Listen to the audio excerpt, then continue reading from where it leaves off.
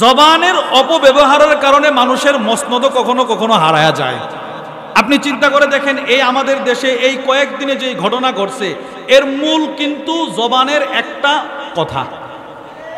জবানের একটা কি? শুধু বলছে এরা রাজাকার, এরা ভালো, বাস দেশে আগুন লেগে গেছে। জবান যদি কেউ ভালোভাবে চালায়, ওই লোকটা নিরাপদ, দুনিয়াতেও তার নিরাপত্তা, আখিরাতেও তার নিরাপত্তা। জবান যদি কেউ নিয়ন্ত্রণহীনভাবে চালায়, দুনিয়াতেও তার লাঞ্ছনা, আখিরাতেও তার লাঞ্ছনা। রাসূল বলেন অঙ্গ প্রত্যঙ্গ জবানকে বলে তুমি নিয়ন্ত্রণে থাকবা। তাহলে এক নম্বর আমরা পাইলাম জবানের সাথে ঈমানের সম্পর্ক আছে না নাই বলেন? এজন্য জবান যেন ঠিক থাকে, অঙ্গ প্রত্যঙ্গ জবানের কাছে দরখাস্ত করে। দুই, রাসূলুল্লাহ সাল্লাল্লাহু আলাইহি ওয়াসাল্লাম সাহাবাদেরকে যেই সমস্ত বিষয়ে গুরুত্ব দিয়ে বেশি বেশি ওসিয়ত করছেন, ওই বিষয়গুলোর ভিতরে অন্যতম হচ্ছে রাসূল সাহাবাদেরকে জবান নিয়ন্ত্রণে রাখার ওসিয়ত করছেন। কখনো কখনো সাহাবারা এসে বলতো, ইয়া রাসূলুল্লাহ, এমন একটা আমল বলেন যে আমল আমাকে আল্লাহর জান্নাতে ঢোকায় দিবে। তো রাসূল বললেন, নামাজ পড়বা, রোজা রাখবা। এগুলো যদি বেশি করতে নাও পারো, ফরজ ঠিক রাইখা, ওয়াজিব ঠিক রাইখা, নফল যদি বেশি করতে নাও পারো, কমসে কম তুমি নিজের জবানটাকে নিয়ন্ত্রণে রাখবা। এই জবান নিয়ন্ত্রণ তোমাকে আল্লাহর জান্নাতে ঢোকায় দিবে। আল্লাহুম্মা সাল্লি আলা মুহাম্মাদিন ওয়া আলা আলি মুহাম্মাদ কামা সাল্লাইতা আলা ইব্রাহিম ওয়া আলা আলি ইব্রাহিম ইন্নাকা হামিদুম মাজিদ। اللهم بارك على محمد وعلى آل محمد كما باركت على إبراهيم وعلى آل إبراهيم إنك حميد مجيد। الحمد لله। মালিহাতা নোয়াবাড়ি হেফাজতে ইসলাম যুবক বৃন্দের উদ্যোগে আয়োজিত আজকের ওয়াজ ও দোয়ার মাহফিলের মুহতারাম সদর সভাপতি, উপস্থিত হযরত উলামায়ে কেরাম, দূর দূরান্ত থেকে আগত কালিমায়ে তাইয়্যিবার সোনালী সুতায় গ্রথিত ধর্মপান মুসলমান ভাই ও বোনেরা, সর্বপ্রথম আল্লাহর দরবারে শুকর আদায় করছি যে আল্লাহ আমাদেরকে অত্যন্ত ভালোবেসে এই আবহাওয়ার ভেতরেও দিনের এক মজমায় এই রাত পর্যন্ত বসে থাকার তৌফিক দান করেছেন। এজন্য আমরা সকলেই দিল থেকে শুকরগুজার হয়ে বলি আলহামদুলিল্লাহ। আপনাদের সামনে সূরাত কাফের একখানা আয়াতে কারিমা তিলাওয়াত করা হয়েছে। এই আয়াতে কারিমাকে সামনে রেখে একেবারে সংক্ষিপ্ত সময়ে কোরআন ও হাদিস থেকে গুরুত্বপূর্ণ একটি বিষয় কিছু কথা বলার আশা রাখি। ওমা তৌফিকি ইল্লা বিল্লাহ। আমার তিলাওয়াতকৃত আয়াতে আল্লাহ তাআলা যে বিষয়টার প্রতি আমাদেরকে ইঙ্গিত করেছেন, বিষয়টি হচ্ছে চুপ থাকার গুরুত্ব। বলেন, চুপ থাকার গুরুত্ব। এই চুপ থাকার গুরুত্ব সম্পর্কে কিছু কথা আপনাদের সামনে বলা। চুপ থাকা এর আরবি হচ্ছে আসসামত, যেটার পারিভাষিক অর্থ হচ্ছে জগৎ বিখ্যাত আলেম আল্লামা মুহাম্মদ ইবনে ইসমাঈল আস-সানআনী তার বিখ্যাত হাদিসের ব্যাখ্যা গ্রন্থ আত-তানবীর শারহুল জামি'is সগীরের মধ্যে লেখেন, চুপ থাকা এর অর্থ হচ্ছে আল ইমসাক আনিল কালাম, এমন কথা বলা থেকে চুপ থাকা, আল্লাযী লা খায়রা ফীহ, যেই কথার ভেতরে দুনিয়ারও কোনো ফায়দা নাই, আখিরাতেরও কোনো ফায়দা নাই। বলেন, চুপ থাকা এর অর্থ কি? এমন কথা বলা থেকে চুপ থাকা যেই কথার ভেতরে দুনিয়ারও কোনো ফায়দা নাই, আখিরাতেরও কি নাই? বলেন না আপনারা, আখিরাতেরও কি নাই? ফায়দা নাই। এই চুপ থাকার আলোচ্য বিষয়টার গুরুত্ব কতটা বেশি, এ বিষয়ে কিছু কথা আপনাদেরকে আগে বলি। এক নাম্বার, যে যত বেশি চুপ থাকবে তার জবান তত নিরাপদে থাকবে। জবান যার যত নিরাপদ, ঈমান তার তত হেফাজত। সুবহানাল্লাহ বলেন। জবান যার যত নিরাপদ, বলেন, জবান যার যত, ঈমান তার তত হেফাজত। কারণ জবানের সাথে সরাসরি ঈমানের সম্পর্ক। আলবানী রহিমাহুল্লাহর বিখ্যাত হাদিসের কিতাব আস-সিলসিলাতুল আহাদিসিস সহিহার 2841 নম্বর হাদিস, وعن أنس بن مالك رضي الله تعالى عنه قال আনাস ইবনে মালিক রাদিয়াল্লাহু তাআলা আনহু থেকে বর্ণিত, তিনি বলেন ক্বালা রাসূলুল্লাহ সাল্লাল্লাহু আলাইহি ওয়াসাল্লাম, আল্লাহর রাসূল বলেন, লা ইস্তাকিমু ঈমানু আবদিন হাত্তা ইস্তাকিমা কলবুহু, বান্দার ঈমান ততক্ষণ পর্যন্ত ঠিক হয় না যতক্ষণ পর্যন্ত না বান্দার কলব ঠিক হয়। অতঃপর রাসূল বলেন, ওয়ালা ইস্তাকিমু কলবুহু হাত্তা ইস্তাকিমা লিসানুহু, ওই বান্দার কলব ততক্ষণ পর্যন্ত ঠিক হয় না যতক্ষণ পর্যন্ত না বান্দার জবান ঠিক না হয়। এর মানে রাসূল বোঝাতে চাচ্ছেন বান্দার জবান ঠিক কলব ঠিক। বলেন জবান ঠিক কলব ঠিক। এবার কলব ঠিক, রাসূল বলেন ওই লোকের ঈমানও ঠিক। তাহলে বোঝা গেল জবান ঠিকের সাথে ঈমান ঠিকের সম্পর্ক আছে না নাই? বলেন দুই। এই জন্যে জবান যেন ঠিক থাকে, জবান যেন খারাপ না হয়, জবান যেন নিয়ন্ত্রণে থাকে। তিরমিজি শরীফের 2407 নম্বর হাদিস, হাদিসের বর্ণনাকারী আবু সাঈদ আল খুদরি রাদিয়াল্লাহু তাআলা আনহু থেকে বর্ণিত, তিনি বলেন, প্রতিদিন মানুষ যখন ফজরের সময় ঘুম থেকে জাগ্রত হয়, শরীরের প্রতিটা অঙ্গ প্রত্যঙ্গ জবানকে বলে, ভাই তুমি কিন্তু ভালো থাকবা, তুমি ঠিক থাকবা, তুমি ঠিক তো আমরা ঠিক, তুমি ঠিক আমরা জান্নাতি, তুমি বেঠিক তো আমরা জাহান্নামে যেতে হবে। প্রতিদিন ফজরের পরে আমার হাত আমার পা জবানকে এই কথাগুলো বলে। ওয়ান আবি সাঈদ আল-খুদরি রাদিয়াল্লাহু তাআলা আনহু قال قال رسول الله صلى الله عليه وسلم, আল্লাহর নবী বলেন, ইদা আসবাহা ইবনু আদম, বনি আদম যখন সকাল করে সকাল, ফাইন্নাল আ'দা কুল্লাহা তুকাফিরুল লিসান ফাতাকুল, সব অঙ্গ একসাথে জবানকে বলে, ইত্তাকিল্লাহ, তুমি আল্লাহকে ভয় করো। সুবহানাল্লাহ। সব অঙ্গ একসাথে জবানকে বলে তুমি আল্লাহরে ভয় করো। ফাইন্নামা নাহনু বিক, তুমি যেদিকে আমরা সেদিকে। এজন্যই জবানের অপব্যবহারের কারণে মানুষের মসনদ কখনো কখনো হারায়া যায়। আপনি চিন্তা করে দেখেন, এই আমাদের দেশে এই কয়েকদিনে যে ঘটনা ঘটছে, এর মূল কিন্তু জবানের একটা কথা, জবানের একটা কি, শুধু বলছে এরা রাজাকার, এরা ভালো, বাস দেশে আগুন লেগে গেছে। জবান যদি কেউ ভালোভাবে চালায়, ওই লোকটা নিরাপদ, দুনিয়াতেও তার নিরাপত্তা, আখিরাতেও তার নিরাপত্তা। জবান যদি কেউ নিয়ন্ত্রণহীনভাবে চালায়, দুনিয়াতেও তার লাঞ্ছনা, আখিরাতেও তার লাঞ্ছনা। রাসূল বলেন অঙ্গ প্রত্যঙ্গ জবানকে বলে তুমি নিয়ন্ত্রণে থাকবা। তাহলে এক নম্বর আমরা পাইলাম জবানের সাথে ঈমানের সম্পর্ক আছে না নাই? বলেন। এজন্য জবান যেন ঠিক থাকে, অঙ্গ প্রত্যঙ্গ জবানের কাছে দরখাস্ত করে। দুই, রাসূলুল্লাহ সাল্লাল্লাহু আলাইহি ওয়াসাল্লাম সাহাবাদেরকে যেই সমস্ত বিষয়ে গুরুত্ব দিয়ে বেশি বেশি ওসিয়ত করছেন, ওই বিষয়গুলোর ভিতরে অন্যতম হচ্ছে রাসূল সাহাবাদেরকে জবান নিয়ন্ত্রণে রাখার ওসিয়ত করছেন।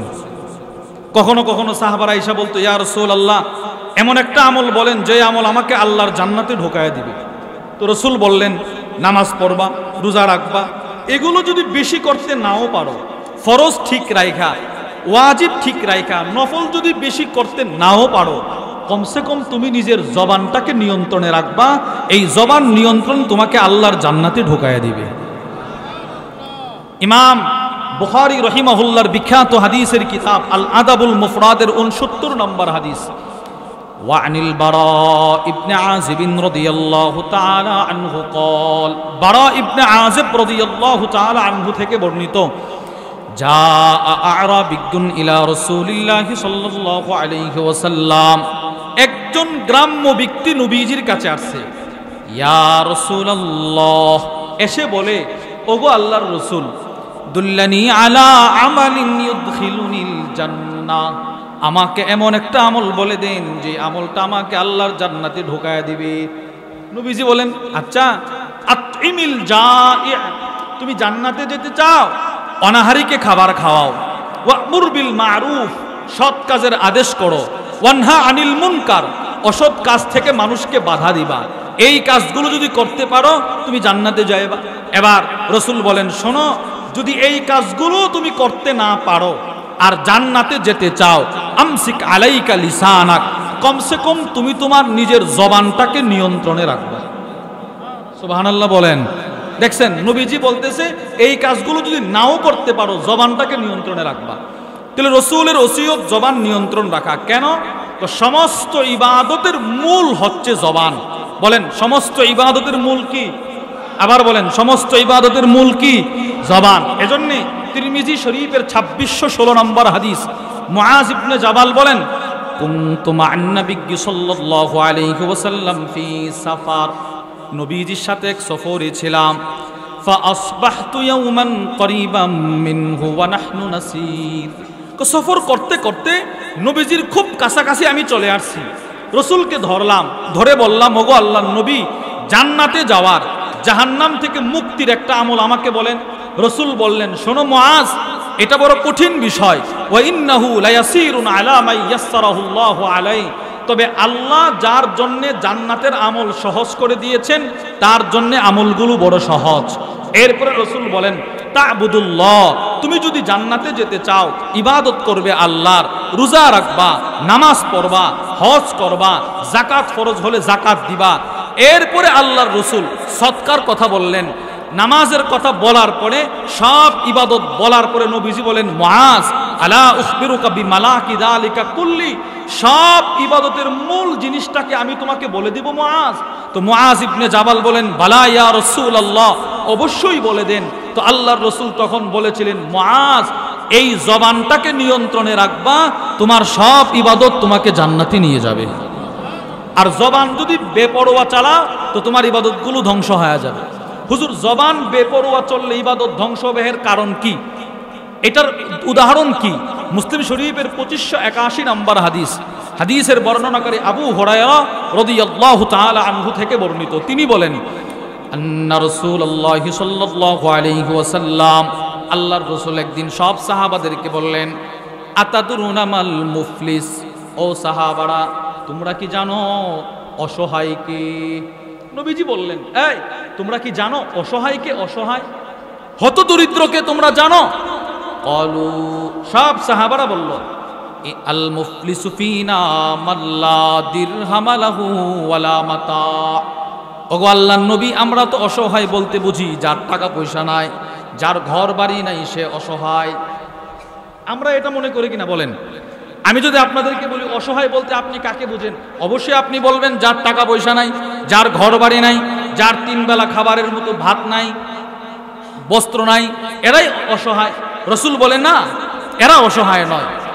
এবার নবীজি বলেন, ইন্নাল মুফলিসা মিন উম্মতি ইয়াতি ইয়াউমাল কিয়ামাতি বিসসালাতিন ওয়া সিয়াম ওয়া যাকাত, আমার উম্মতের সবচাইতে বড় অসহায় হচ্ছে ওই লোকগুলো যারা হাসরের ময়দানে অনেক নামাজের সওয়াব নিয়ে দাঁড়াবে, অনেক রোজার সওয়াব নিয়ে দাঁড়াবে, অনেক হজের সওয়াব নিয়ে দাঁড়াবে, অনেক সৎকার সওয়াব নিয়ে দাঁড়াবে। আল্লাহর নবী বলেন, সে যেই মাত্র আল্লাহর আদালতের সামনে দাঁড়াবে, ওয়ায়াতি কদ শাতামা হাদা ওয়া কাযাফা হাদা, ওই নামাজির বিরুদ্ধে কিছু লোক দাঁড়ায় বলবে, আল্লাহ, ও দুনিয়াতে থেকে আমাদেরকে গালি দিয়েছিল। নাউজুবিল্লাহ বলেন। আল্লাহ, সে দুনিয়াতে আমাদেরকে গালমন্দ করেছিল। আল্লাহ, সে দুনিয়াতে আমার বিরুদ্ধে কোর্টে দাঁড়ায়া দাঁড়ায়া মিথ্যা সাক্ষ্য দিয়ে আমি নির্দোষ মানুষটাকে শত বছরের পর বছর জেলখানায় আবদ্ধ করে রেখেছিল। তার এক জবানের অপব্যবহার আমাকে কয়েক বছর জেলখানায় থাকতে বাধ্য করছে। আপনি তার বিচার করেন। এবার আল্লাহর রসুল বলেন, ফায়ুতা মিন হাসানাতি ওয়া হাদা মিন হাসানাতি, ওই লোক যার 1000 নামাজের সওয়াব, যার 1000 ইবাদতের সওয়াব, আল্লাহর রসুল বলেন তার সওয়াবগুলো আল্লাহ তাআলা যাদেরকে সে মিথ্যা তুহমত দিয়েছিল, যাদেরকে সে জবানের দ্বারা গালি দিয়েছিল, এদেরকে এর ইবাদতগুলো আল্লাহ তাআলা বন্টন করে দিয়ে দিবেন। চিন্তা করেন। এবার নবীজি বলেন, ফাইন ফানিয়াত হাসানাতু ক্বাবলা আন ইউকদা মা আলাই, সে যতজনের বিরুদ্ধে মিথ্যা সাক্ষ্য দিয়েছে, সে যতজনের বিরুদ্ধে তুহমত দিয়েছে, সবার সিরিয়ালে যদি তার ইবাদত দিয়ে এদের বিচার শেষ হয়ে যায় তো শেষ হয়ে গেল। এবার যদি দেখা যায় 10 জনকে সে গালি দিয়েছিল, 10 জন অসহায়, 10 জন নির্দোষকে সে মিথ্যা সাক্ষ্য দিয়ে জেলখানার ভিতরে ঢুকিয়েছিল, 5 জনেরকে তার ইবাদত দিয়ে শেষ, আরো 5 জন বাকি, কিন্তু এই লোকের ইবাদত নাই। এবার রসুল বলেন, এই 5 জনের গুনাহগুলো ওই ইবাদতকারীর কাঁধে আল্লাহ দিয়ে দিবেন। নাউজুবিল্লাহ বলেন। সুম্মা তুরিহা ফিন নার, অতঃপর তাকে উল্টো নিক্ষেপ করে জাহান্নামে ফেলা হবে। রাসূল বলেন ওই লোকের চাইতে নিঃস্ব পৃথিবীতে আর কেউ নাই। এবার আপনি বলেন এই লোকের ইবাদতগুলো ধ্বংস করেছে কোন জিনিস? বলে না কোন জিনিস? আবার জোরে বলেন কোন জিনিস? জবান, জিহ্বা। এজন্যে আল্লামা শাইখুল ইসলাম সানি ইমামে রব্বানি আল্লামা ইবনুল কাইয়িম আল জাওজিয়্যা রাহিমাহুল্লাহ তার বিখ্যাত কিতাব আদ-দা ওয়াদ দাওয়ার মধ্যে লেখেন ইন্নাল আবদ লা ইয়াতি ইয়াউমাল কিয়ামাতি বিহাসানাত আমসালিল জিবাল। পৃথিবীতে অনেক মানুষ হাসরের ময়দানে, অনেক নামাজি হাসরের ময়দানে পাহাড় সমপরিমাণ ইবাদত নিয়ে দাঁড়াবে, কিন্তু ফায়াজিদু লিসানাহু ক্বাদ হাদামাহা, সে তাকায় দেখবে তার একটা মাত্র জিহ্বা তার 1000 বছরের ইবাদতগুলো ধ্বংস করে দিছে। নাউজুবিল্লাহ বলেন না। এই জবানের অপব্যবহার তার সব ইবাদত ধ্বংস করে দিছে। আবার ইমাম ইবনুল কাইয়িম আল জাওজিয়্যা লেখেন ওয়ায়াতি, আবার কিছু মানুষ ইয়াউমাল কিয়ামা হাসরের ময়দানে আসবে বিসাইয়্যাত, অনেক গুনাহ নিয়ে আসবে। ফায়াজিদু লিসানাহু ক্বাদ হাদামাহা মিন কাসরাতি যিকরিল্লাহ, ওই লোকের গুনাহগুলো সে তাকায় দেখবে সে যে দুনিয়াতে কিছু জিকির করেছিল তার জিকির তার কোটি কোটি গুনাহগুলোকে মিটিয়ে নেক দ্বারা পরিপূর্ণ করে দিয়েছে। তাহলে বোঝা গেল এই জবান আমাদের ইবাদতগুলো ধ্বংস করে দেয়, দেয় কিনা বলেন? তাহলে এই জবানটা নিয়ন্ত্রণ রাখা কতটা গুরুত্ব আমাদের বলেন তো, কতটা প্রয়োজন? এবারে জবানের নিয়ন্ত্রণের ব্যাপারে কোরআন কি বলে, হাদিস কি বলে, সংক্ষেপে আমরা শুনবো। এক, আমার তিলাওয়াতকৃত আয়াতে আল্লাহ বলেন মা ইয়ালফিজু মিন কাউলিন ইল্লা লাদাইহি রাকিবুন আতীদ। পৃথিবীর মানুষগুলো মুখ দিয়ে যে কথাটাই নিক্ষেপ করে, যে কথাটাই বলে, সেই কথাটা একজন ফেরেশতা লেখার জন্য প্রস্তুত। আপনার বয়স যদি 60 বছর হয়, 30 বছর হয়, 35 বছর হয়, তো 35 বছরের যত কথা আপনি বলছেন সবগুলো ফেরেশতারা লিখে রাখছে, সবগুলো। মৃত্যুর পরে আমাদের হাকিমুন নফস আল্লামা মুফতি মুশতাকুন নবী কাসিম হাফিজাহুল্লাহ হুজুর এই বছর রমজানের ইতিকাফেও বলেছিলেন, বান্দার আমলনামা যখন খুলে দেওয়া হবে ওই আমলনামায় সে কি কথা, কখন, কোথায়, কিভাবে, কয় তারিখ, কতটা সময় বলেছিল সবগুলো ডেট সহ আল্লাহ তার সামনে উপস্থিত করবে। সেদিকে আশ্চর্য হয়ে যাবে যে আমি 15 আগস্টের রাত্রে এই কথাটা বলেছিলাম, রব এটাও আমার ছাড় দেয় নাই। এজন্য এই আয়াতের ব্যাখ্যায় তাফসীরে ফাতহুল কাদির ইমাম শাওকানি রাহিমাহুল্লাহ লিখেন মা ইয়াতাকাল্লামু মিন কালাম ফায়ালফিজুহু ওয়া ইয়ারমিহি মিন ফিহি, বান্দা তার মুখ থেকে যেই কথাটাই নিক্ষেপ করে ইল্লা আলা যালিকাল লাফিজ, ওই নিক্ষেপকারীর উপরে মালাকুন একজন ফেরেশতা চৌকান্না হয়ে দাঁড়ায় থাকে, ইয়ারকুবু কাউলাহু ওয়া ইয়াকতুবু, ওই কথাটা ফেরেশতার সাথে সাথে একটা কাগজে লিখে ফেলে। সে কি বলল চিন্তা করেন, কি পরিমাণ কথা আমার লেখা হয়েছে এই ফেরেশতাদের কাছে। 2, আল্লাহ বলেন ওয়া ইন্না আলাইকুম লাহাফিজিন কিরামান কাতিবিন, এই 2 কাঁধে 2 ফেরেশতা আছে, এরা আমাদের সব লিখতেছেন। তাফসীর বাগাবীর মধ্যে আসছে ইয়াকতুবুনা আকওয়ালাকুম ওয়া আমালাকুম, এই ফেরেশতারা তোমাদের আমলগুলোও লেখে, পাশাপাশি তোমাদের কথাগুলোও লেখে, সব লেখে সব। এবার আমরা হাদিস থেকে শুনবো। 1 নম্বর বুখারী শরীফের 6475 নম্বর হাদিস। وعن أبي هريرة رضي الله تعالى عنه قال قال رسول الله صلى الله عليه وسلم, আল্লাহর নবী বলেন মান কানা ইউমিনু বিল্লাহি ওয়াল ইয়াউমিল আখির, যে ব্যক্তি আল্লাহকে বিশ্বাস করে, বলেন তো আমরা কাকে বিশ্বাস করি? সবাই বিশ্বাস করি না? আমরা কাকে বিশ্বাস করি? আল্লাহকে।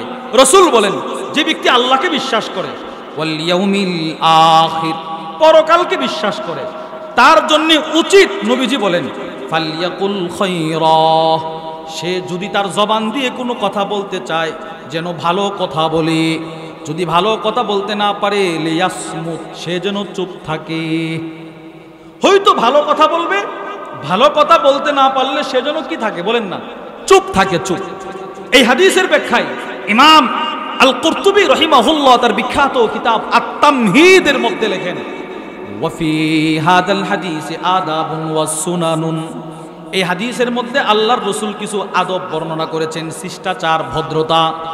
এর মধ্য থেকে আল্লাহর রাসূল যে বিষয়টা সবচেয়ে বেশি গুরুত্ব দিয়ে বলেছেন মিনহা আত-তাকিদ ফি লুজুমিস সামতি। আল্লাহর নবী আমাদেরকে বিশেষভাবে গুরুত্ব দিয়েছেন, ভালো কথা যদি বলতে না পারো তুমি চুপ থাকো, চুপ। সুবহানাল্লাহ বলেন, চুপ থাকো, চুপ। ইমাম নববী রাহিমাহুল্লাহ আল মিনহাজের মধ্যে হাদিসের ব্যাখ্যায় লেখেন, ফামা'না, এই হাদিসের অর্থ আন্নাহু ইযা আরাদা আইয়াতাকাল্লাম, কোন বান্দাই যখন দুনিয়াতে কথা বলতে ইচ্ছা পোষণ করে, শ্বাস চলে গেছেন, কোনো একটা কথা বলতে মন চাইতেছে, বাজারে গেছেন একটা কথা বলতে মন চাইতেছে, তো তিনি বলেন ফাইন কানা মা ইয়াতাকাল্লামু বিহি খায়রান মুহাক্কাকান ইউসাবু আলাইহি ফালইয়াতাকাল্লাম। তার কথা বলার বিপরীত যদি আল্লাহর পক্ষ থেকে সওয়াব লেখা হয়, এমন কথা যদি হয়, তো সে যেন এই কথাটা বলে। ওয়া ইল্লা ফালইউমসিক আনিল কালাম, অন্যথায় সে যেন কথা বলা থেকে চুপ থাকে। যদি কথাটার বিনিময়ে সওয়াব থাকে সে যেন বলে, যদি কথার বিনিময়ে সওয়াব না থাকে সে যেন চুপ থাকে। সুবহানাল্লাহ বলেন না। 2, হযরত উকবা ইবনে আমির রাদিয়াল্লাহু তাআলা আন, তিরমিজি শরীফের হাদিস, উনি নবীজির কাছে গিয়ে বলে, ইয়া রাসূলুল্লাহ, ওগো আল্লাহর নবী, মান নাজা, মুক্তি কিসে? নবীজি বললেন, উকবা, মুক্তি পেতে চাও, দুনিয়া আখিরাতে মুক্তি পেতে চাও, তাহলে তুমি একটা কাজ করবা। কি কাজ? আমসিক আলাইকা লিসানাক, নিজের জবানকে অযথা কথা বলা থেকে নিয়ন্ত্রণে রাখবা। সুবহানাল্লাহ বলেন। 3, আব্দুল্লাহ ইবনে আমর ইবনুল আস থেকে বর্ণিত, মিশকাতুল মাসাবির 4836 নম্বর হাদিস, ওয়ান আব্দুল্লাহ ইবনে আমর ইবনুল আস রাদিয়াল্লাহু তাআলা আনহুমা قال قال رسول الله صلى الله عليه وسلم, আল্লাহর নবী বলেন, মান সামাতা নাজা, যে যত চুপ থাকবে সে তত মুক্তি পাবে। সুবহানাল্লাহ বলেন। যে যত বেশি কি থাকবে? চুপ থাকবে, সে তত মুক্তি পাবে। এবার সে মুক্তিটা পাবে কিসের থেকে? এই হাদিসের ব্যাখ্যায় মুল্লা আলী কারি রহিমাহুল্লাহ মিরকাতুল মাফাতিহের মধ্যে লেখেন, ফাকাত নাজা মিন আফাতিদ দারাইন, দুনিয়া আখিরাতের যত মুসিবত, যে যত বেশি চুপ থাকবে দুনিয়া আখিরাতের তত মুসিবত থেকে সে মুক্তি পেয়ে জান্নাতে চলে যাবে। তাহলে আমরা চুপ থাকবো তো ইনশাআল্লাহ। এবার এই চুপ থাকা 2 প্রকার। বলেন, চুপ থাকা কত প্রকার? 2। 1 নাম্বার সামতুন মাহমুদ, প্রশংসনীয় চুপ থাকা। 2 নাম্বার সামতুন মাদমুম, নিন্দনীয় চুপ থাকা। প্রশ্ন, হুজুর প্রশংসনীয় চুপ থাকা কি সেটা? ইমাম বদরুদ্দিন আল আইনি রহিমাহুল্লাহ তার বিখ্যাত বুখারীর শরহ উমদাতুল কারির মধ্যে লেখেন, তারকুল কালামিল বাতিল, অযথা কথা, অনার্থক কথা ছেড়ে দেওয়া, এটাই হচ্ছে প্রশংসনীয় চুপ থাকা। সুবহানাল্লাহ বলেন। কেন? অযথা কথা মানুষকে কখনো কখনো জাহান্নামের ভিতরে ঢুকায়া দেয়। নাউজুবিল্লাহ বলেন না। আপনি কল্পনাও করেন নাই যে এই কথার কারণে আমি জাহান্নামে যাব, কিন্তু এই একটা কথাই আপনাকে জাহান্নামে ঢুকায়া দেয়। একটা আশ্চর্য হাদিস শুনেন, কয়েকটা দৃষ্টান্ত আপনাদেরকে শোনায়। 1 নাম্বার তিরমিজি শরীফের 2316 নম্বর হাদিস, রাসূলুল্লাহ সাল্লাল্লাহু আলাইহি ওয়াসাল্লামের এক সাহাবীর ইন্তেকাল হয়ে গেছে। নবীজির সাহাবী মারা গেছেন। সাহাবী সুবহানাল্লাহ বলেন। সাহাবী মারা গেছেন। সাহাবী, হাদিসটা বোঝানোর জন্য বারবার সাহাবীর কথা বলতেছে। এক সাহাবীর দাম কত? ইবনে মাজার 162 নম্বর হাদিস, রাসূলুল্লাহ সাল্লাল্লাহু আলাইহি সাল্লামের এক সাহাবীর 1 সেকেন্ডের দাম, ফালা মাকামু আহাদিহিম সাআ খায়রুম মিন আমালি আহাদিকুম উমরা। নবীর এক সাহাবীর জিন্দেগীর 1 সেকেন্ডের দাম উম্মতে মুসলিমা নয়, গোটা উম্মতের সমস্ত বয়সের ইবাদতের চাইতেও এক সাহাবীর জিন্দেগীর 1 সেকেন্ডের দাম বেশি। ওই একজন সাহাবী মারা গেছেন। আনাস ইবনে মালিক থেকে বর্ণিত, ওয়ান আনাস ইবনে মালিক রাদিয়াল্লাহু তাআলা আনহু قال, আনাস ইবনে মালিক বলেন, তুফিয়া রাজুলুম মিন আসহাবিন নবী সাল্লাল্লাহু আলাইহি ওয়াসাল্লাম, নবীজির এক সাহাবীর ইন্তেকাল হয়ে গেল। সাহাবীর লাশটা শোয়ানো, আরেকজন সাহাবী দাঁড়ায় বলতে লাগলো, আবশির বিল জান্নাহ, ও সাহাবী তুমি আল্লাহর জান্নাতের সুসংবাদ গ্রহণ করো। আরে সুবহানাল্লাহ বলে না। এক সাহাবী মারা গেছেন, আরেক সাহাবী, রাসূলও দাঁড়ায় রয়েছে, সব সাহাবারা দাঁড়ায় আছেন, জানাজা পড়বে অথবা পড়া হয়ে গেছে। সাহাবী একজন দাঁড়ায় বলে, তুমি আল্লাহর জান্নাতের সুসংবাদ গ্রহণ করো, এই লোকটা জান্নাতি। আল্লাহর রাসূল সাথে সাথে এই লোকের কথার প্রতি উত্তরে নবীজি বলতে লাগলেন, আওয়ালা তাদরি, ও সাহাবী তুমি হয়তো জানো না, এই যে বলছে তুমি জান্নাতি, ওই লোককে নবী বলতেছে তুমি ওই তো জানো না। ফালা আল্লাহু তাকাল্লামা ফি মা লা ইয়ানি, সে হয়তো তার জিন্দেগিতে এমন কোনো অযথা কথা বলেছে, অযথা কথা, যে কথাটার দুনিয়ারও কোনো ফায়দা নাই, আখিরাতেরও কোনো ফায়দা নাই। এমন কোনো কথা হয়তো সে তার জীবদ্দশায় বলেছে যে কথাটার কারণে তাকে জাহান্নামেও যাওয়া লাগতে পারে। নাউজুবিল্লাহ। নবীজি নবীজির সাহাবীকেই কথা বলতেছে, তো আমার ব্যাপারে কি অবস্থা হবে, আপনার ব্যাপারে কি অবস্থা হবে? 2 বুখারী শরীফের 6478 নম্বর হাদিস। ওয়ান আবি হুরায়রা রাদিয়াল্লাহু তাআলা আনহু قال, আবু হুরায়রা রাদিয়াল্লাহু তাআলা আনহু থেকে বর্ণিত, আল্লাহর নবী বলেন, ইন্নাল আবদা লা ইয়াতাকাল্লামু বিল কালিমাহ মিন রিদওয়ানিল্লাহ লা ইউলকি লাহা বালা। আল্লাহর নবী বলেন, আল্লাহ তাআলার কিছু এমন বান্দা আছে যারা অর্থ বুঝে না, অর্থ জানে না, অর্থের প্রতি কোনো ভ্রুক্ষেপ করে না, কিন্তু মনের অজান্তে আল্লাহর সন্তুষ্টির কোনো কথা তার মুখ দিয়ে বের হয়ে যায়, যে কথাটা আল্লাহর সন্তুষ্টির, কিন্তু এই কথাটার মর্ম সে জানে না। আল্লাহর নবী বলেন, এই যে তার মুখ দিয়ে আল্লাহর সন্তুষ্টির কথাটা বের হয়ে গেল, যদিও সে অর্থ জানে না, ইয়ারফাউহুল্লাহু বিহা দারাজাত, ওই কথাটার কারণে রব জান্নাতে তার মর্যাদা কোটি গুণ বাড়ায়া দেন।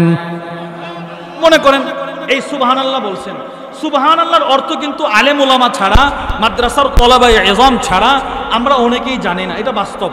নামাজে সুবহান রাব্বিয়াল আ'লা পড়ি, সুবহান রাব্বিয়াল আযীম পড়ি, সুবহানাকাল্লাহুম্মা ওয়া বিহামদিকা থানা পড়ি, তাশাহুদ পড়ি, দুআয়ে কুনুত পড়ি, এই আমরা জানি না, কিন্তু এতটুকু বুঝি যে এইগুলো পড়লে আল্লাহ খুশি হয়। আল্লাহ কি হয়?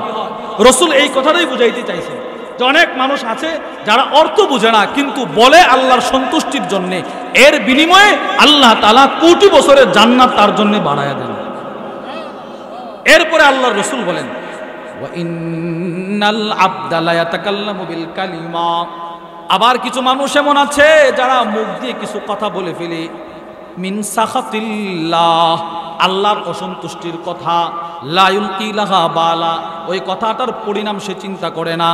কথা একটা বলে ফেলছে, যেই কথার দ্বারা আল্লাহ নারাজ, ওই রকম কথা সে মুখ দিয়ে বলে ফেলছে, কিন্তু কথাটা বলার সময় সে ভ্রুক্ষেপ করে নাই, চিন্তাও করে নাই, কি বললাম, বলে ফেলছে। নবীজি বলেন, ইয়াহবি বিহা ফি জাহান্নাম, এই একটা কথা তাকে 1000 বছরের জাহান্নামের গভীরে ঢুকায়া দেয়। কি পরিমাণ জাহান্নামের গভীরে ঢুকে? বুখারী শরীফের 6477 নম্বর হাদিস, আবু হুরায়রা রাদিয়াল্লাহু তাআলা আনহু থেকে বর্ণিত, রাসূল বলেন, ইন্নাল আবদা লা ইয়াতাকাল্লামু বিল কালিমা, বান্দা অনেক সময় অনেক কথা বলে, মা ইয়াতাবায়্যানু ফিহা, যে কথাটার ব্যাপারে সে কোনো চিন্তা ফিকির করে না। কি বললাম রে, এই কোনো চিন্তা নাই, এই বলতেই আছে বলতেই আছে। নবীজি বলেন, আবআদা মিম্মা বাইনাল মাসজিদি ওয়াল মাগরিব ইয়াজিল্লু বিহা ফিন নার, এই একটা কথা তাকে জাহান্নামের এতটাই গভীরে ঢুকায়া দেয়, পৃথিবীর পূর্ব থেকে পশ্চিমের দূরত্ব যতটুকু, সে জাহান্নামের এর চাইতেও বেশি গভীরে ঢুকে যায়। আরো আশ্চর্যের একটা হাদিস শোনেন, এখনের হাদিসটা একটু লম্বা, একটা দামি আশ্চর্য হাদিস। জবানের একটা মাত্র অপব্যবহারের কারণে 1000 বছরের ইবাদত ধ্বংস হয়ে সে জাহান্নামী হয়ে গেছে, সে জাহান্নামী হয়ে গেছে। একটা মাত্র অপব্যবহার, জাহান্নামী হয়ে গেছে। সুন্দর একটা হাদিস, আবু দাউদ শরীফের 4901 নম্বর হাদিস, 4901, খেয়াল করে শুনেন। ওয়ান আবি হুরায়রা রাদিয়াল্লাহু তাআলা আনহু قال, আবু হুরায়রা রাদিয়াল্লাহু তাআলা আনহু বলেন, সামি'তু রাসূলুল্লাহি সাল্লাল্লাহু আলাইহি ওয়াসাল্লাম ইয়াকুল, আমি নবীজিকে একটা হাদিস বলতে শুনেছি। কি হাদিস? আল্লাহর নবী বলেন, কানা রাজুলান ফি বানি ইসরাঈল মুতাওয়াখিয়াইন, আল্লাহর নবী বলেন, বনি ইসরাইলের 2 বন্ধু ছিল, 2 বন্ধু, 2 জন কি ছিল? বন্ধু। ফাকানা আহাদুহুমা ইউদনি ওয়াল আখর মুজতাহিদুন ফিল ইবাদা, 2 বন্ধুর এক বন্ধু শুধু গুনাহ করে, শুধু গুনাহ করে, শুধু গুনাহ করে, শুধু গুনাহ করে, আর অপর বন্ধু শুধু ইবাদত করে, শুধু ইবাদত। একজন ইবাদতকারী, আরেকজন বলেন না গুনাহগার। একজন কি? একজন গুনাহগার, আর অপর বন্ধু কি? একজনের শুধু ইবাদত, আরেকজন শুধু গুনাহ করে। আল্লাহর রাসূল বলেন, ফাকানা লা ইয়াজালুল মুজতাহিদু ইয়ারাল আখা, ওই ইবাদতকারী বন্ধু যখন তার গুনাহগার বন্ধুকে দেখতো, যখনই দেখে বন্ধুকে বলে, বন্ধু আর কত গুনাহ করবি, আকসির, এবার তুই গুনাহ থেকে ফিরে আয়, গুনাহ ছাড়, থাম, আল্লাহর কাছে তওবা কর। ইবাদতকারী বন্ধু তার বন্ধুকে যখনই দেখতো ইবাদতের দাওয়াত দিত। আল্লাহর রাসূল বলেন, সে তার বন্ধুর দাওয়াত কর্ণপাত করতো না, কানে নিত না, সে তার গুনাহ করতেই থাকতো। আল্লাহর রাসূল বলেন, ফাওয়াজাদাহু ইয়াওমান আলা দামবিন, একদিন তাকায় দেখে গুনাহগার বন্ধু রাস্তায় গুনাহ করতেছে। ইবাদতকারী বন্ধু ওই গুনাহগারকে বলতে লাগলো, বন্ধু আর কত গুনাহ করবি, এবার গুনাহ ছেড়ে দে, আল্লাহর পথে আয়, ফিরে আয়, কত তোকে দাওয়াত দিব, আর ভালো লাগে না, এবার তুই কমসে কম গুনাহ ছেড়ে ভালো হয়ে যা। রাগের মাথায় তার গুনাহগার বন্ধু ইবাদতকারী বন্ধুকে বলে ফেললো, খাল্লিনি ওয়া রাব্বি, তুমি আমাকে আমার রবের পথে ছেড়ে দাও, আমাকে দাওয়াত দেওয়ার কোনো দরকার নাই, যা বেটা তুই তোর কাজ কর। আরো কঠিন কথা বলে ফেলছে, আবু ইস্তা আলাইয়া রকিবা, তোকে কি আল্লাহ তাআলা আমি কি করি না করি এটা দেখানোর জন্য পাঠাইছে নাকি? যা বেটা তুই কি ইবাদত কর, আমি গুনাহ করব। এবার ইবাদতকারী বন্ধু রাগ হয়ে গেছে। আল্লাহর নবী বলেন, ইবাদতকারী আবেদ রাগ হয়ে তার গুনাহগার বন্ধুকে একটা অভিশাপ দিয়ে দিল। কি সেই অভিশাপ? ইবাদতকারী বন্ধু বলল, ওয়াল্লাহি লা ইয়াগফিরুল্লাহু লাক, আল্লাহর কসম আল্লাহ তাআলা তোর মতো গুনাহগারকে কখনো ক্ষমা করবে না। নাউজুবিল্লাহ বলেন। ইবাদতকারী গুনাহগারের এই কথাটা বলছে, ওয়ালা ইউদখিলুকাল্লাহুল জান্নাহ, আল্লাহ তাআলা তোকে কখনো জান্নাতে ঢোকাবে না। নাউজুবিল্লাহ বলে না, তোরে আল্লাহ ক্ষমা করবে না, তোকে আল্লাহ জান্নাতও দিবে না, এই একটা কথা বলছে। আল্লাহর রাসূল বলেন, ফাকাবাদা আরওয়াহুমা, কয়েকদিন পরে দুজনের মৃত্যু হয়ে গেল। ফাজতামাআ ইনদা রাব্বিল আলামিন, দুজনকে আল্লাহ তাআলা আল্লাহর সামনে হাজির করলেন, কাঠগড়ায় দাঁড় করাইলেন। আল্লাহর রাসূল বলেন, আল্লাহ তাআলা ওই ইবাদতকারীর প্রতি রাগ নিয়ে বলতেছেন, ওয়াকালা লিল মুজতাহিদ, আল্লাহ তাআলা ইবাদতকারীকে বললেন, আকুনতা বি আলিমা, আমি আল্লাহর দয়া সম্পর্কে তোমার কতটুকু ধারণা ছিল, আমি আল্লাহ তাআলার দয়ার সাগর কত বিস্তৃত, তোমার কতটুকু ধারণা ছিল তুমি বলো। সে চুপ, কোনো কথা বলে না। আল্লাহর রাসূল বলেন, আল্লাহ তাআলা ওই ইবাদতকারীকে একটা ধমক দিয়ে বলতে লাগলো, আও কুনতা আলা মা ফি ইয়াদি কাদিরা, আমি আল্লাহর হাতে যে ক্ষমতা আছে ওই ক্ষমতা কি তোরও আছে নাকি? তুই যে তারে বলছিলি আমি আল্লাহ তারে ক্ষমা করব না, তুই যে দুনিয়াতে তাকে বলছিলি আমি আল্লাহ তাকে জান্নাত দিব না, এর মানে বোঝা যায় আমি আল্লাহর ক্ষমতার অংশ তোরও আছে নাকি? সে মাথা নিচু করে দাঁড়ায় আছে। আল্লাহর নবী বলেন, আল্লাহ তাআলা ওই গুনাহগারকে ডাক দিয়ে বলবে, ইযহাব ফাদখুলিল জান্নাতা বিরহমাতি, যা বান্দা যা, আজকে তুই আমি আল্লাহর রহমতের চাদরটা শরীরে দিয়ে আমার বানানো জান্নাতে চলে যা, তুমি জান্নাতে চলে যাও। এবার আল্লাহর নবী বলেন, ওই ইবাদতকারীকে আল্লাহ তাআলা বলবে, ইযহাবু বিহি ইলান নার, এই ইবাদতকারীকে তোমরা জাহান্নামে নিক্ষেপ করো। হাদিস এখানে শেষ।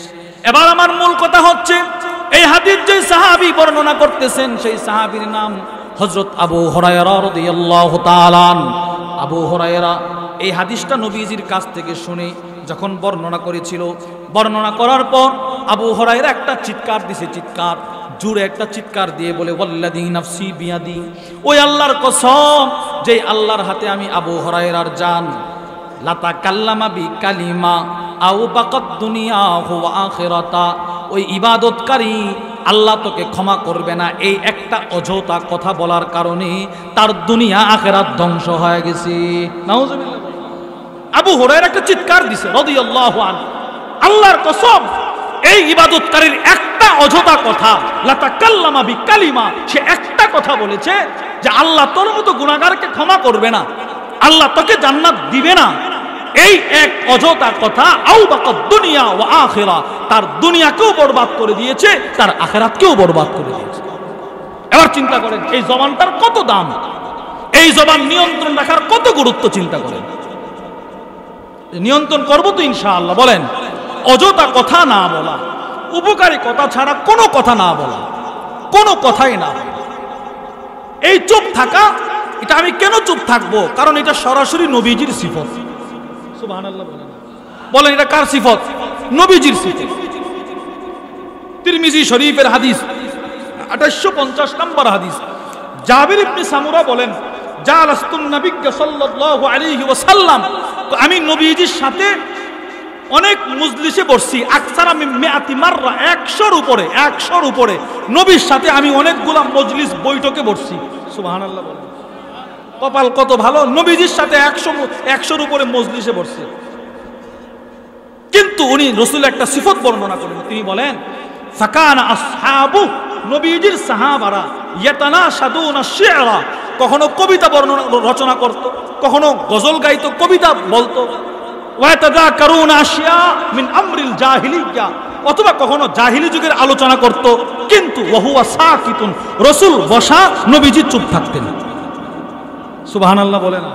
রাসূল চুপ থাকতেন, নবীজি কোনো কথা নাই। রুবামা তাবাসসাম, কখনো কখনো নবীজি মুস্কি হাসি দিতেন। সিদ্দিক আকবরের সিফত ছিল চুপ থাকা।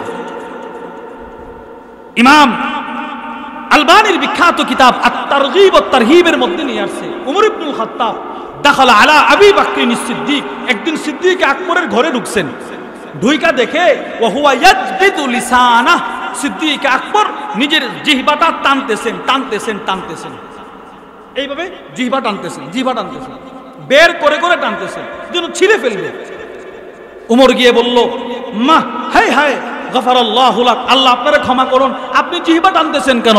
তখন সিদ্দিক আকবর চোখের পানি ছেড়ে দিয়ে কাঁদতেছিল আর বলতেছিল, ইন্না হাদা আওরাদানিল মাওয়ারিদ, উমর এই জিহ্বা তো আমাকে আল্লাহর জান্নাতে ঢুকায় দিল, জাহান্নামে ঢুকায় দিল। চিন্তা করেন, সিদ্দিক আকবর বলে, উমর এই জিহ্বা আমারে জাহান্নামে ঢুকায় দিছে। সিদ্দিক আকবরের মতো ব্যক্তি এই কথা বলে। হযরত ফুযাইল ইবনে আয়াস, ইমাম ইবনে আসিম আশ-শাইবানি তার বিখ্যাত কিতাব আজ-জুহুদের মধ্যে নিয়ে আসছে। ফুযাইল ইবনে আয়াস বলেন, কানা বা'দুস সালাফ, আমাদের অনেক সলফে সালেহিন বুজুর্গরা এমন ছিল, ইয়াহফাজু কালামাহু মিনাল জুমআতি ইলাল জুমআ, এক জুমা থেকে, আগামীকালকে জুমা, তো এক জুমা থেকে আরেক জুমা কি কথা বলেছে সবগুলো কথা ইনারা কাগজে লিখে রাখতেন। সুবহানাল্লাহ বলেন। মানে এই কাগজে লিখা, পরে এগুলো জাস্টিফাই করতেন, আমার কোন কথাটা ভালো বলছি, কোন কথাটা খারাপ বলছি, কোন কথাটা আমার নাজাতের জরিয়া হবে, কোন কথাটা আমার জাহান্নামে যাওয়ার মাধ্যম হবে, এগুলো ওনারা চিন্তা করতেন। হযরত রুবাই ইবনে খাইসাম বলেন, আমি 20 বছর মানুষের সাথে কোনো অযথা কথা বলি নাই। 20 বছর। প্রতিদিন যখন তিনি সকাল করতেন, দাওয়াত, সাথে একটা দাওয়াত রাখতো, কিরতাস, একটা কাগজ রাখতো, কাগজ। প্রতিদিন সকাল থেকে সন্ধ্যা যতটা কথা বলতেন সব লিখতেন। ফায়ুহাসিবু নাফসাহু ইনদাল মাসা, সন্ধ্যার সময় ঘুমানোর পূর্বে এই কাগজ খুলে খুলে নিজে নিজে চিন্তা করতেন কোন কথাটা উপকারী, কোন কথাটা অপকারী। যদি কোনো উপকারী কথা বলছেন তো আল্লাহর শুকরিয়া আদায় করতেন, যদি কোনো মুখ ফসকে কোনো কথা বের হয়ে গেছেন তো এটার জন্য সারা রাত দাঁড়ায় নামাজ পড়তেন। এজন্য আপনাদেরকে এই বৃষ্টিময় রাত্রেও অল্প সময়ে যে কথাটি বললাম, কথাটি হচ্ছে জবানকে নিয়ন্ত্রণ রাখার গুরুত্ব শরীয়তে ইসলামে আছে না নাই? বলেন আছে না নাই? হ্যাঁ, ইমাম মুল্লা আলী কারি রহিমাহুল্লাহ একটা চমৎকার কথা লিখছেন। তিনি বলেন, আল লিসান জিরমুহু সগীর, জবান শরীরের অন্যান্য অঙ্গের তুলনায় ছোট, অনেক ছোট। যারা মুহু, কিন্তু এটার ক্ষত বিক্ষত, এটার আঘাত, এটার ধ্বংস কাসির ও কাবির, অনেক বেশি, অনেক বড়। জবানটা ছোট। এই এক এলাকার সাথে আরেক এলাকার ঝগড়া লাগানোর জন্য এক জবানের একটা কথাই যথেষ্ট। ঠিক না বেঠিক বলেন? মুসিবত আনার জন্য, মুসিবতে নিক্ষিপ্ত হওয়ার জন্য জবানের এই এক কথাই যথেষ্ট। এজন্য এই জবানকে নিয়ন্ত্রণ রাখার চেষ্টা করবো তো ইনশাআল্লাহ। যদি পারেন ভালো কথা বলবেন। আর ভালো কথা কোনগুলো?